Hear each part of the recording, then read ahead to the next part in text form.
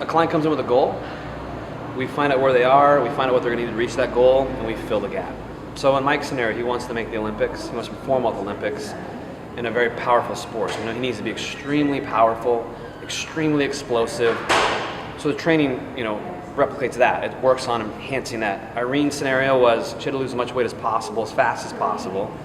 So that's what we focused on. So depending on what the client's goal is, we're trying to reach the goal as fast as possible.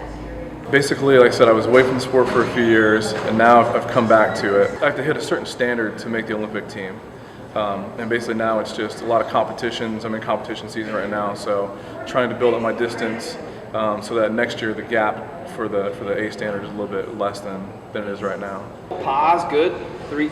Support is probably 95% of it. 5% in the gym, 95% from a support system of diet, supplementation, recovery processes, making sure they're sleeping.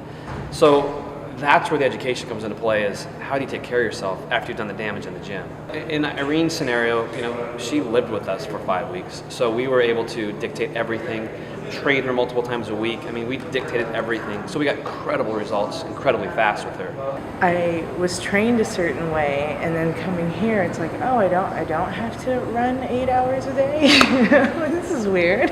I train between 30 to 40 hours a week, and then I have to work on top of that. I miss birthday parties and weddings and all of those kind of things because training always comes first. Mike's scenario, he's an Olympic athlete. His life is his sport. So same thing with him. We can make drastic changes on him because he will train as much as we want him to train.